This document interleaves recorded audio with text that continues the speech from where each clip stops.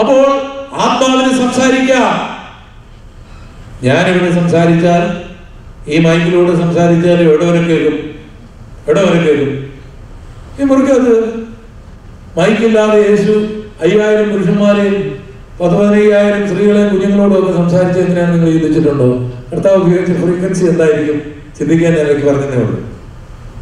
പക്ഷെ ആത്മാവിന്റെ വായെന്ന് പറഞ്ഞാൽ ഇവിടെ ഇരുന്ന് പതുക്കെ സംസാരിച്ചല്ലേ. അമേരിക്കയിലൊക്കെ പണ്ട് വന്നിട്ടുള്ളവർക്കറിയാം ഫോൺ വിളി എങ്ങനെ ആയിരുന്നു. നാട് മുഴുവൻ ഇടയ്ക്ക് വിളിച്ച് ചിന്നമ്മേ ഹലോ ഇങ്ങനെ വിളിച്ചാലും ചിന്നമ്മ കേൾക്കുമായിരുന്നു. നിങ്ങൾ അന്ന് പഴയ ആൾക്കാർക്ക് അറിയാമല്ലോ. പക്ഷെ ഇന്ന് ടെക്നോളജി അങ്ങോട്ട് പരിഗണിച്ച് കഴിഞ്ഞപ്പോൾ അച്ഛാ ഇവിടെ അടുത്തുനിന്ന് സംസാരിക്കുന്ന പോലെ തോന്നുന്നല്ലോ. അത് ടെക്നോളജിയുടെ പുരോഗമനം. ആത്മാവ് സംസാരിച്ചാൽ എവിടെ ഇരുന്നും ആർക്കും കേൾക്കാം.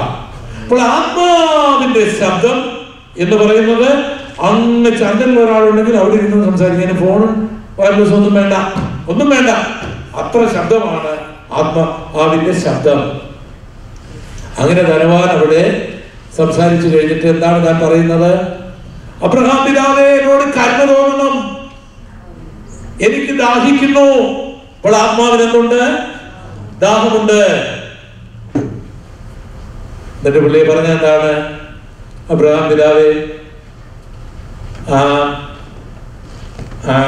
സെയിലിന് കിട്ടിയ പെപ്സി 2 കൂടെ അവിടെ ഇരിപ്പുണ്ടല്ലോ, അതൊരെണ്ണം കൊടുത്ത് ഒരു ടീം കൊണ്ട് വിട്ടേക്കാനാണ് പറഞ്ഞത്. ലാസറിന്റെ വിരലിന്റെ ഇപ്പോഴവന് കള്ള് തരാനല്ല, ചാരാൻ തരാനല്ല, വിസ്കി തരാനല്ല, ബ്രാൻഡ് തരാനല്ല, ബിയർ തരാനല്ല പറയുന്നത്. പിന്നെ എന്തോ ഇതൊക്കെ അടുത്ത് നമ്മൾ നടന്നുകൊണ്ടിരുന്നത്. ഇപ്പൊ എന്താ പറയുന്നത്? കർത്താവ് കാനാവിൽ കല്യാണം പിന്നെ വീഞ്ഞു കൊടുത്തല്ലോ എന്ന് പറഞ്ഞ് പുള്ളി ഒരു ബാറ് തന്നെ വീട്ടിലുണ്ടായിരുന്നാണ്. അപ്പൊ പുള്ളിക്ക് അതൊന്നും വേണ്ട. ഇവിടെ എന്ത് മതി? ഒരു തുള്ളി വെള്ളം മതി. അതും ആരുടെ കയ്യിലാണ്? ലാസറിന്റെ. ലാസർ എങ്ങനായിരുന്നു? വ്രണം നിറഞ്ഞവനായിരുന്നു. പട്ടികൾ അവനെ നക്കിക്കൊണ്ടിരുന്നു. ഇത് അമേരിക്കയിൽ പട്ടി നക്കുന്നതെന്ന് പറഞ്ഞാൽ ഭാഗ്യവാനാണ്. 5-6 പട്ടിയുള്ളവന് ഇവിടുത്തെ വലിയവല്ല. ഇന്ത്യയിലെ പട്ടി ഓർക്കാൻ, ഇന്ത്യയിലെ പട്ടി ഒരുത്തനെ നക്കിയാൽ എങ്ങനെ ഇരിക്കുമോ അതേ നിങ്ങൾ ഓർക്കാറുണ്ട് ഈ പ്രസംഗം കേൾക്കുമ്പോൾ. അത് ഇത്രയും പട്ടി പുള്ളിക്ക് നക്കാനുണ്ടെങ്കിൽ പുള്ളി എത്ര ഭാഗ്യവാനാണ് നമുക്ക് തോന്നിപ്പോ. വ്രണം നിറഞ്ഞ ഈ ലാസറിന്റെ വിരലിന്റെ അറ്റം വെള്ളത്തിൽ മുക്കി. എന്നിട്ട് എന്നാ പറയുക? നാവിനെ ഒന്ന് തണുപ്പിക്കാൻ, കുടിക്കാനല്ല, ഒന്ന് തണുക്കണം. അപ്പോൾ എന്തുണ്ട്? ചൂടുണ്ട്. ഇനി അബ്രഹാം പറയാണ് മകൻ അപ്പനെ വിളിച്ച പിതാവേനെ. അപ്പൊ ഇവര് കുടുംബക്കാരാണ്. കുടുംബചരിത്രം എഴുതിയപ്പോഴ് പുള്ളി എഡിറ്റോറിയൽ ബോർഡിലുണ്ടായിരുന്ന ആളാണ്. അബ്രഹാമിനെ ഞങ്ങളുടെ കുടുംബചരിത്രത്തിന്റെ പിതാവായിട്ട് ഒരു പടമൊക്കെ വരച്ച് ഒരു ഊശാത്തി വടിയൊക്കെ ഉണ്ടാക്കി ഇങ്ങനെ വടിയൊക്കെ പിടിപ്പിച്ച് അബ്രഹാം പോലും അറിയാത്തൊരു ഫോട്ടോ ഒക്കെ വെച്ചാണ് പുള്ളി എങ്ങനെ ഞങ്ങൾ അബ്രഹാം ഇങ്ങനെ ഇറാഖിൽ നിന്ന് ഇങ്ങനെ യാത്ര ചെയ്ത് യെരുശലേമിൽ വന്നു. അങ്ങനെ അബ്രഹാമിന്റെ മകനായ ഇസ്ഹാക്ക് അവിടെ നിന്ന് ഇങ്ങനെ യാത്ര ചെയ്ത് കൊച്ചി വന്നു. കൊച്ചി വന്നപ്പോൾ അവിടുന്ന് കുട്ടപ്പൻ എന്ന് പറയുന്ന ഒരാൾ അവിടുന്ന് കൊടുങ്ങല്ലൂർ പോയി. ആ കൊടുങ്ങല്ലൂരിൽ നിന്ന് വേറൊരാൾ റാണി വന്നു. അങ്ങനെ റാണി ഇപ്പോൾ ഒരു പേടി വന്നു. ഇങ്ങനെ ചരിത്രം എഴുതിയ പുണ്യായിരുന്നു. വല്ല ഗുണമുണ്ടോ? വല്ല ഗുണമുണ്ടോ? ഒരു ഗുണമുണ്ടായില്ല. രണ്ടുപേരും അപ്പോ അപ്പനും മോനും വിളിയൊക്കെ രസമാ. പിതാവേ എന്താ മോനെ? യാതൊരു കുഴപ്പമില്ല. ഇനി അടുത്ത് കേട്ടോണം. മോനോട് പിതാവ് പറഞ്ഞാലറിയോ? എന്റെ പൊന്നുകുട്ട, ഞങ്ങൾക്ക് മനസ്സിലാകുന്ന ഭാഷ, എന്റെ പൊന്നുകുട്ട, എന്റെ ചക്കരക്കുട്ട, നീ കിടന്ന് കഷ്ടപ്പെടുന്നതിൽ അപ്പച്ചന് ഭയങ്കര പ്രയാസമാണ്. എനിക്കിപ്പോ അങ്ങോട്ട് ചാടി വരാൻ തോന്നുക. ഒരു തുള്ളി വെള്ളമല്ല മോനെ, ആ സ്വർഗത്തിലെ ആ പളഞ്ഞ നദി മുഴുവൻ നിന്റെ അടുത്തോട്ട് ഒഴുക്കി വിടാൻ എനിക്ക് ആഗ്രഹമുണ്ട്. പക്ഷേ എനിക്ക് ഇവിടെ അനങ്ങാൻ ഒഴുക്കുകയല്ല. ഇത് വേറെ ഡിപ്പാർട്ട്മെന്റാ. അത് മാത്രമല്ല, നീ വെള്ളം കണ്ടോണ്ടിരിക്കുകയല്ലാതെ നീ ഇങ്ങോട്ട് വരികയില്ല മോനെ, നീ വേറെ സ്ഥലത്താ. കാരണം ദൈവം തമ്പുരാൻ തന്നെ ഇതിനെന്താക്കിയിരിക്കുകയാണ്. ഇതെപ്പോഴും പ്രിയപ്പെട്ടവർ ഓർക്കണം. ഇന്നെല്ലാം ചെയ്താൽ ഞാൻ സ്വർഗത്തിൽ കൊണ്ടുപോകാന്നൊക്കെ പലരും പറയും. കണ്ടത്തരമാണ്. പേർഷ്യയിലും അമേരിക്കയിലും ഒക്കെ കൊണ്ടുപോകാൻ ആൾക്കാർ കാശ് മേടിച്ചോണ്ട് പോകുന്ന പോലെ. എൻ്റെ ഒരു കൂട്ടുകാരനെ ഒരിക്കൽ ഞാൻ കണ്ടു. എന്നോട് പറഞ്ഞു, പാസ്റ്റർ ഞാൻ അമേരിക്കയ്ക്ക് പോവാം, അറ്റ്ലാന്റയ്ക്ക് പോവാം. ഞാൻ പറഞ്ഞു, എങ്ങനെയാണ് പോകുന്നത്? ഇന്റർവ്യൂവിന് പോകും. ഇന്റർവ്യൂ ഒന്നും വേണ്ടെന്ന് കോൺസിഡർ ഇല്ലെന്ന്. അതല്ല ഏതിന്റെ തരിക. എനിക്ക് മനസ്സിലായി ഇവൻ പോയി. അപ്പം ഞാൻ ആദ്യം ചോദിച്ചു, നീ പൈസ വന്ന് കൊടുത്തു? 3 ലക്ഷം രൂപ തരിക.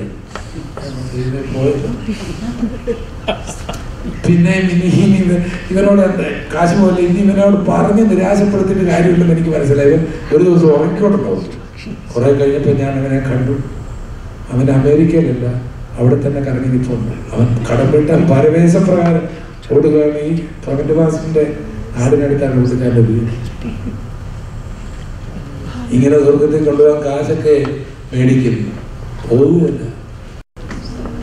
ജീവിച്ചിരിക്കുമ്പോൾ ഇങ്ങനെ പിഴിഞ്ഞ്, ചത്തു കഴിഞ്ഞപ്പോഴും സ്വർഗത്തിൽ പോകാൻ പറഞ്ഞ് ഇങ്ങനെ പിഴിയുന്ന നമ്മുടെ നാട്ടിലെ ചായക്കടക്കാരൻ്റെ തൈലസഞ്ചി പോലെയുണ്ട്.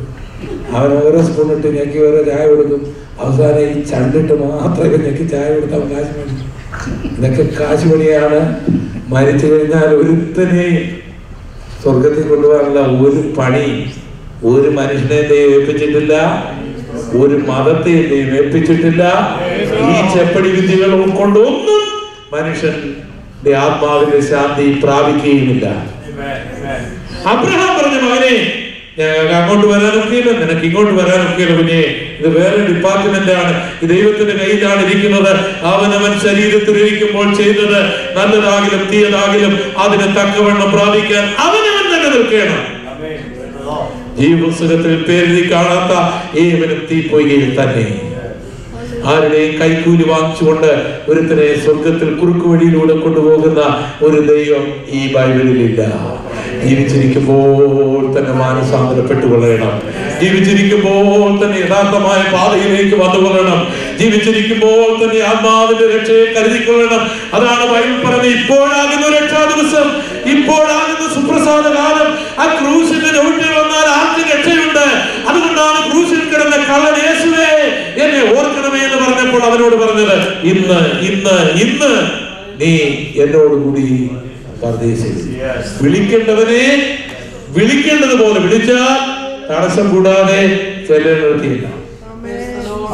ഞാനിനി ദീർഘിപ്പിക്കുന്നില്ല, ഇവിടെ നിർത്തുകയാണ്. ഇതിന്റെ തുടർച്ച നാളെ നമുക്ക് കേൾക്കുവാനായി കഴിയും.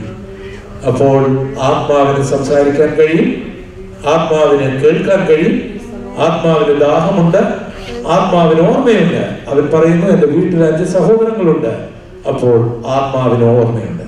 ചുരുക്കി പറഞ്ഞാൽ ശരീരത്തിലുള്ള കാഴ്ചയെക്കാളും ആത്മാവിന് കാഴ്ചയുണ്ട്. ശരീരത്തിലുള്ള ബുദ്ധിയെക്കാളും ആത്മാവിന് ബുദ്ധിയുണ്ട്. ശരീരത്തിലുള്ള ഓർമ്മയെക്കാളും ആത്മാവിന് ഓർമ്മയുണ്ട്. ശരീരത്തിലുള്ള കാതിനേക്കാളും ആത്മാവിന് കേൾവിശക്തിയുണ്ട്. ശരീരത്തിലുള്ള നാവിനേക്കാളും ആത്മാവിന് സംസാരശേഷിയുണ്ട്.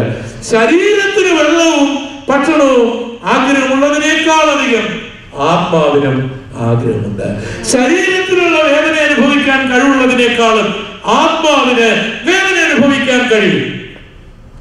100 വർഷത്തെ ജീവിതം സുഖമാക്കുവാൻ ആഗ്രഹിക്കുന്ന മനുഷ്യൻ മരണാനന്തരം കോടാനുകോടി യുഗം ജീവിക്കും. ഒന്നെങ്കിൽ യാതനാ സ്ഥലത്ത്, അല്ലെങ്കിൽ സ്വർഗീയ പരദീസയിൽ, അല്ലെങ്കിൽ സ്വർഗത്തിൽ. ഇതിനിടയ്ക്ക് ആകപ്പാടെ ഒരു ജീവിതം ഇവിടെ മാത്രമേ ഉള്ളൂ. നമ്മുടെ തലകളെ വണക്കാം. ആത്മാവിന്റെ രക്ഷ കർത്താവിനെ കണ്ടെത്തുവാൻ നമുക്ക് ഏൽപ്പിച്ചു കൊടുക്കാം. മുൾമുടി ചൂടി കുരിശെടുത്ത് ക്രൂശിൽ 2 കള്ളന്മാരുടെ മധ്യേ തൂങ്ങി 6ഓളം മണിക്കൂറുകൾ ക്രൂശിൽ കിടന്ന് രക്തം ഒഴുക്കിയത് ആത്മാവിന്റെ രക്ഷയ്ക്കാണ്. ഇന്ന് ഏത് വ്യക്തിയും കർത്താവിന്റെ ക്രൂശിന്റെ ചുവട്ടിലേക്ക് വന്ന്, ദൈവമേ ഞാൻ പാപം ചെയ്തു, ഒരിക്കൽ ഞാൻ മരിക്കും, എന്റെ ആത്മാവ് മരിക്കുകയില്ല, ധനവാൻ കിടന്ന ആ യാതനാ സ്ഥലത്തേക്ക് പോകാതെ പരദീസയിലേക്ക്, സ്വർഗത്തിലേക്ക് പോകേണ്ടതിന് എന്റെ പാപങ്ങൾ ക്ഷമിക്കണമേ, അങ്ങേ ഞാൻ സ്വീകരിക്കുന്നു, എന്നോട് കരുണ കാണിക്കണമേ എന്ന് ആത്മാർത്ഥമായി പ്രാർത്ഥിക്കുമോ അവർക്ക് യേശുവിന്റെ ക്രൂശിന്റെ ചുവട്ടിൽ ആത്മരക്ഷ കണ്ടെത്തുവാനായി കഴിയും. ഇപ്പോൾ തന്നെ സഹോദര, ഇപ്പോൾ തന്നെ സഹോദരി, നാളെയാക്കരുത്. മരണമേത് നിമിഷവും നിന്റെ അടുക്കൽ വരാം. മരണത്തിന് ശേഷം നിനക്ക് നിന്നെ രക്ഷിക്കുവാൻ കഴിയില്ല. മറ്റാർക്കും നിന്നെ രക്ഷിക്കുവാൻ കഴിയില്ല. എന്നാൽ നീ ഇപ്പോൾ മരിച്ചിട്ടില്ല. ഇപ്പോൾ നിനക്ക് രക്ഷിക്കപ്പെടുവാൻ കഴിയും. ഇപ്പോൾ നിനക്ക് പാപമോചനം പ്രാപിക്കുവാൻ കഴിയും.